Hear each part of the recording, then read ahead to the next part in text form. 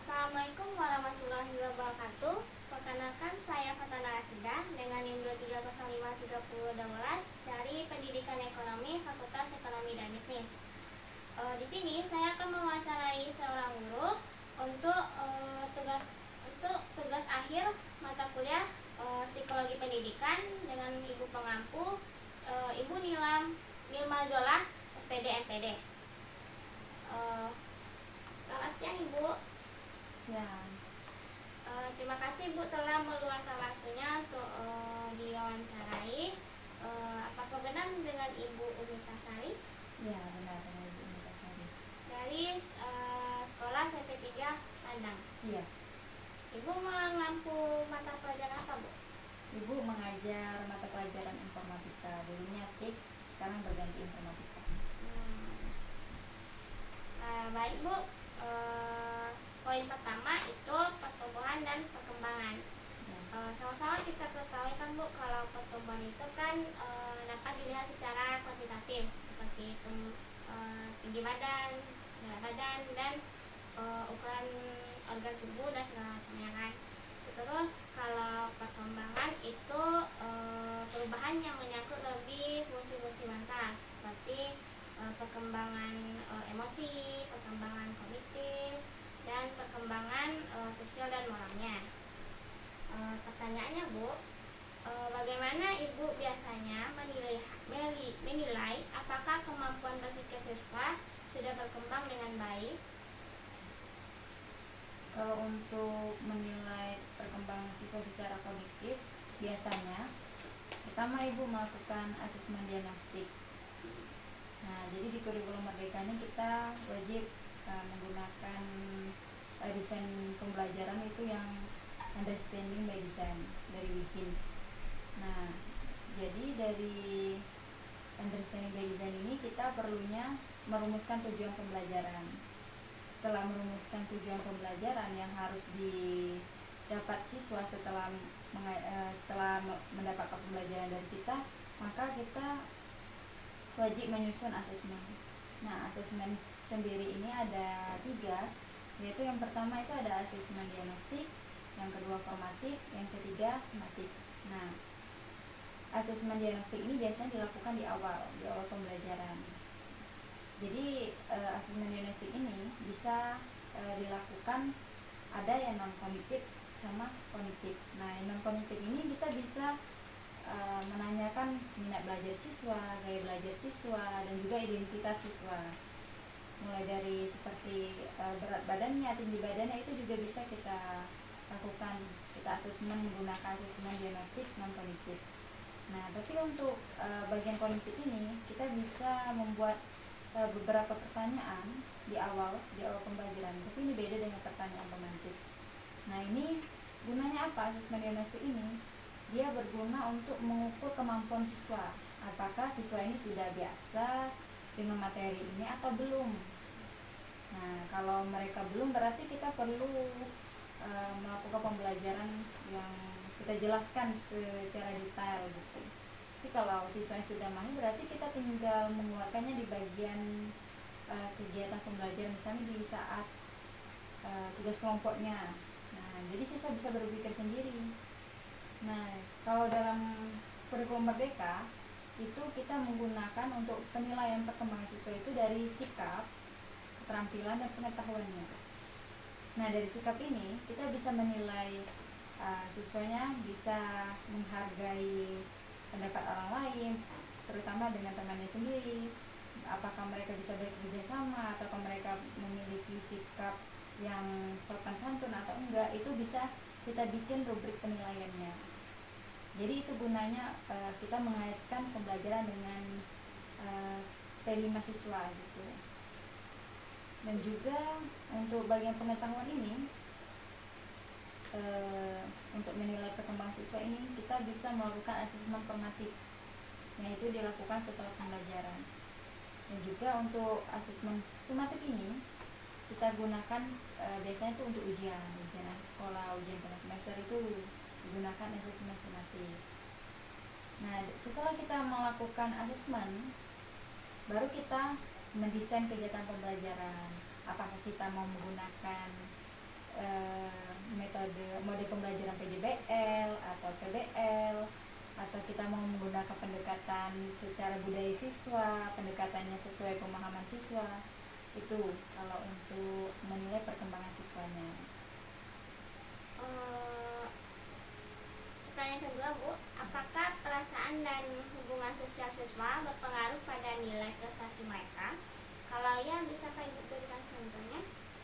Menurut Ibu sendiri, hubungan siswa apalagi terutama dengan keluarganya itu sangat memiliki keterkaitan. Karena apa? Karena jika siswa ini bermasalah terutama dengan keluarganya, itu akan mempengaruhi akademik mereka. Jadi mereka jadi malas belajar, jadi mereka menganggap mereka kenapa aku harus belajar, orang tua aja seperti ini. Itu biasanya kalau di sekolah kami itu banyak anak yang broken home. Jadi mereka yang anak-anak yang dari orang tuanya bercerai, itu mereka biasanya tuh penurunan belajarnya itu sangat turun. Jadi biasanya mereka tuh sering mengganggu temannya. Jadi kalau ada siswa kan yang mengganggu temannya, itu perlu ditanyakan, kamu di rumah ngapain, ibu bapakmu ngapain gitu kan. Nah, kalau saya tanyain siswa itu, jadi dia mau cerita gitu. Nah, jadi mempunyai keterkaitan masalah emosional siswa dengan akademik mereka. Menurut Ibu, apakah perbedaan perkembangan siswa membuat cara mengajarnya jadi berbeda? Bisa dijelaskan, Bu? Ya, cara perkembangan siswa yang berbeda itu pasti juga berbeda hasil dari pembelajaran mereka. Misalnya siswa yang hanya mampu tingkat kemahirannya rendah, itu perlu kita berikan tugas yang berbeda.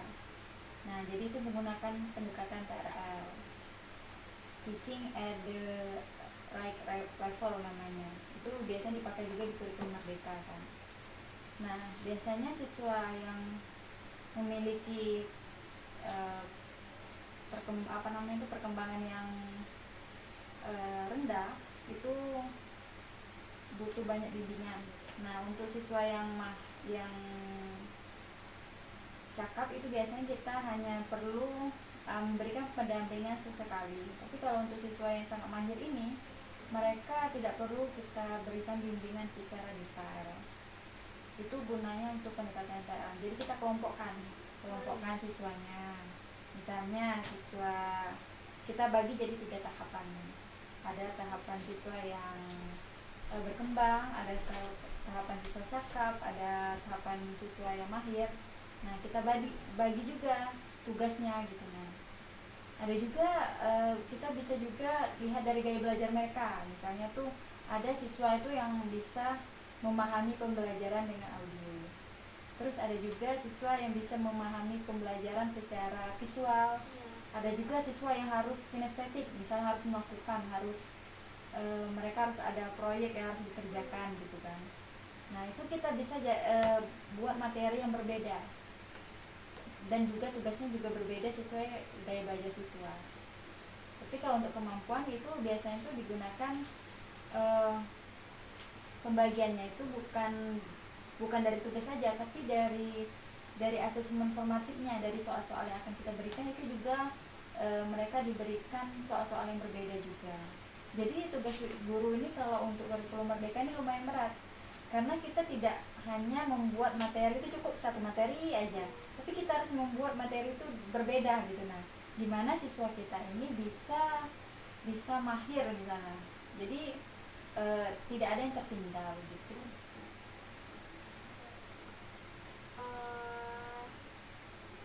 Pertanyaan berikutnya, Bu, benarkah Ibu melihat adanya siswa yang belum bisa memenuhi tugas perkembangan sesuai usianya? Kalau pernah, apa dampak pada belajarnya? Nah, seperti Ibu jelaskan tadi, memang perkembangan siswa yang berbeda ini itu pasti mempengaruhi. Ibu ada salah satu anak kan, dia tuh sebenarnya tuh dia mahirnya itu di bagian kalau membuat proyek gitu, nah secara langsung. Kalau materi secara teori dia tidak bisa. Jadi itulah gunanya pendekatan secara TRL tadi, agar siswa kita ini bisa semuanya tanpa ada yang tertinggal.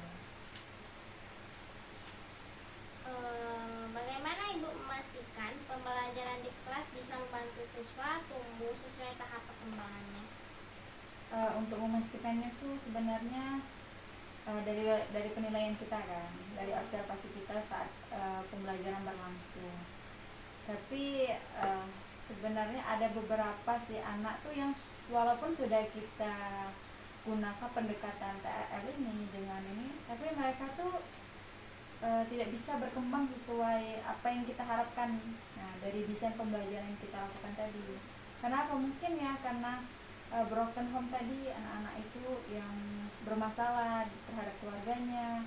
Nah, itu akan sangat sulit untuk kita pastikan perkembangannya itu bisakah dia berkembang sesuai usianya gitu. Selanjutnya, Bu, apa saja cara Ibu yang Ibu lakukan untuk membantu siswa mengembangkan berbagai jenis kecerdasannya? Yang Ibu bisa lakukan untuk membantu mengembangkan berbagai jenis kecerdasannya ya, Pak? Membantu untuk apa tadi? Mengembangkan kecerdasannya, Bu. Mengembangkan kecerdasannya. Ya, dengan pendekatan TRL tadi, Ya. Agar mereka bisa berkembang sesuai kemampuannya gitu. Jadi sebagai guru tidak bisa memaksakan siswa ini harus bisa ini, tidak bisa. Jadi kita sebagai guru juga harus sabar gitu. Nah, tidak semua anak ini harus terlaksana tujuan pembelajaran yang kita inginkan gitu. Bagaimana cara Ibu mengenali bakat atau kelebihan khusus siswa di kelas? Nah, itu. Oke, kalau itu sih ya kembali di awal tadi, yaitu melakukan asesmen diagnostik. Tapi yang non kognitifnya. Jadi setelah siswa mengisi asesmen kognitif ini, kita tahu kan minat bakat siswa ini kemana sebenarnya. Biasanya Ibu kalau untuk gaya belajar, Ibu menggunakan web itu yang tentang Aku Pintar ID. Jadi itu gunanya untuk mengenali gaya belajar siswa ini apa gitu, seperti apa ya, apakah mereka cocoknya ke audio atau ke visual atau ke estetik gitu. Itu biasanya itu kan kalau anak SMP kan nggak bisa kan bawa HP. Nah, jadi kami biasanya melakukan untuk yang asesmen diagnostik non kognitif ini itu di lab komputer. Jadi nanti siswa dikasih link, kamu kerjakan ini nak, biar Ibu tahu gimana gaya belajarmu setelah kamu mengisi link ini. Nah, kalau untuk minat belajar biasanya tuh Ibu buat di Google Form. Nah, itu nanti siswa memilih apakah mereka itu lebih minat ke pembelajaran mana. Sebenarnya tuh tidak semua anak itu suka pembelajaran informatika. Dan ada anaknya suka pembelajaran olahraga, dia sukanya di lapangan. Nah, itu juga bisa kita lakukan melalui asesmen diagnostik non kognitif ini. Ya, itu aja. Menurut Ibu, apa saja hal yang bisa membuat kreativitas siswa tumbuh atau terhambat? Bagaimana tadi? Apa saja hal yang bisa membuat kreativitas siswa Hmm. tumbuh atau hal tersebut malah terhambat? Mungkin yang bisa membuat terhambatnya kreativitas anak ini, kecerdasan anak ini mungkin bisa karena tekanan, karena kita memberikan tekanan anak nih harus gini, harus bisa ini, padahal kan tidak semua anak tuh bisa berkembang tuh sesuai apa yang diharapkan guru. Sebenarnya mereka berkembang sesuai apa ya, sesuai minat dan bakat mereka, sesuai keinginan mereka. Kita tidak bisa memaksakan seorang siswa ini, misalnya dia harus pandai dalam apa ya, contoh itu misalnya dalam bidang olahraga, dia harus pandai, misalnya harus bisa main sepak bola, itu tidak bisa, karena pasti ada siswa tuh yang tidak suka dengan bola gitu kan. Nah itu juga tidak bisa kita paksakan. Itu kalau dari kurikulum merdeka itu kita tidak bisa memaksakan anak sesuai apa yang ini. Jadi kita harus, sebagai guru harus memutar gimana sih biar anak nih bisa gitu, gimana sih biar anak nih paham dengan materi ini gitu.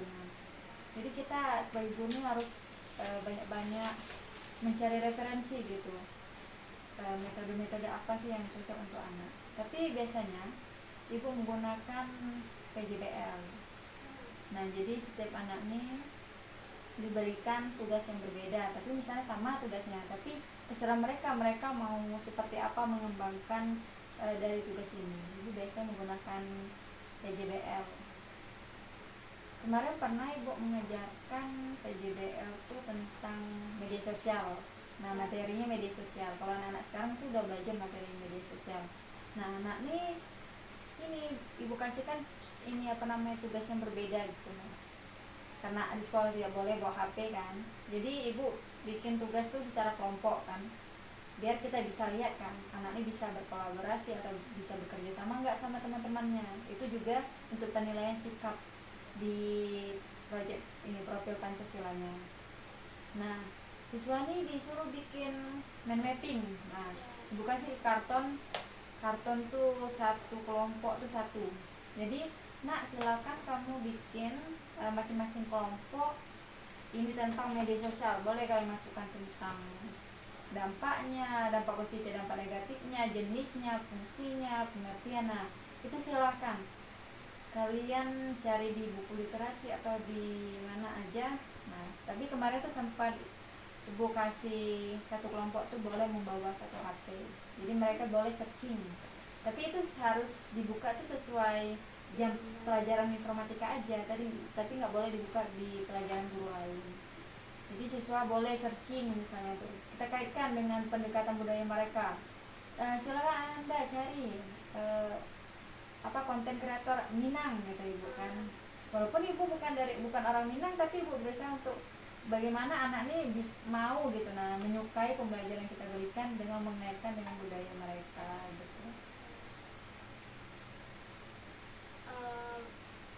Bagaimana ibu menyesuaikan cara mengajar dengan perbedaan gaya belajar siswa? Untuk perbedaan gaya belajar siswa tadi, itu kan ibu lakukan dengan mengelompokkan sesuai materinya, tugasnya itu sesuai gaya belajar mereka, apakah audio, kinestetik atau visual, itu ibu sesuaikan aja dengan gaya belajar mereka. Itu pernah sering sih ibu lakukan dengan berbeda kelas gitu. Tiap kelas nanti ibu selalu kasihkan asesmen dinastiknya apa. Pertanyaan terakhir Bu, apakah ibu punya cara khusus supaya siswa tetap semangat belajar, dan bisakah ibu berikan contohnya? Agar siswa tetap semangat belajar. Biasanya tuh anak-anak sekarang nih kan lumayan apa ya, kalau dulu kan kita tipe anak yang penurut gitu kan, kita nggak berani melawan guru gitu kan. Tapi anak-anak yang gen alpha ini sangat berbeda. Mereka harus ngikutin sesuai apa yang FYP di HP mereka. Mereka juga udah punya HP walaupun mereka anak SMP gitu. Nah jadi biasanya anak-anak tuh saat pembelajaran ibu membebaskan, apakah mereka mau sambil makan atau sambil minum, silahkan, yang penting mereka tetap kondusif, mereka tetap mau mendengarkan pembelajaran. Dan juga biasanya ibu Nah, kalau anak-anak zaman sekarang kan, dia maunya belajar tuh sambil misalnya ada kerja kelompok, mereka maunya sambil mendengarkan musik gitu. Jadi saat mendengarkan musik mereka mau belajar. Bu, kami maunya saat pembelajaran itu mendengarkan musik, Bu. Nah, berarti kita boleh kita putarkan dengan speaker ya. Ibu biasa bawa speaker terus ke kelas kan. Mereka buat tugas dari kita, tapi kita mendengarkan musik, tapi musiknya tetap harus dipantau anak-anak tuh, jadi sesuaikan dengan seumuran mereka, jangan sampai mendengarkan musik-musik yang aneh. Dan juga kalau untuk anak SMP itu mereka apa ya, memang lumayan sangat ini kan, kalau anak-anak SMP ini lebih banyak aktifnya, lebih banyak bergeraknya, mereka lebih suka jalan-jalan di situ. Nah, ibu bilang, kamu boleh jalan atau mau apa sih kamu, tapi kamu jangan ganggu temanmu gitu. Nah, ada tipe-tipe anak tuh yang susah sekali untuk diatur kan kalau sekarang itu. Jadi itulah pendekatannya ya, mengajarnya dari hati ke hati gitu. Walaupun lumayan sulit sebenarnya kalau di lapangan lumayan sulit untuk melaksanakan pembelajaran yang dari hati kan. Kita sudah memberikan kayak lembut mengajar, tapi anak itu, tapi ya harus tetap semangat sih kalau untuk, karena kita apa ya, guru yang harus sangat-sangat sabar untuk mengajar Gen Alpha ini. Baiklah Bu, terima kasih banyak atas waktunya dan jawaban-jawaban dari pertanyaan tadi, dan sudah mau bersedia untuk diwawancarai, dan juga paham untuk yang saya sebagai jurusan dari pendidikan ekonomi yang mungkin nantinya juga jalur guru juga, jadi sangat paham gimana susahnya buat itu dulu, dan jadi pelajaran juga lah Bu ke depannya. Ibu, terima kasih Bu. Hanya sekian dari hari ini Bu.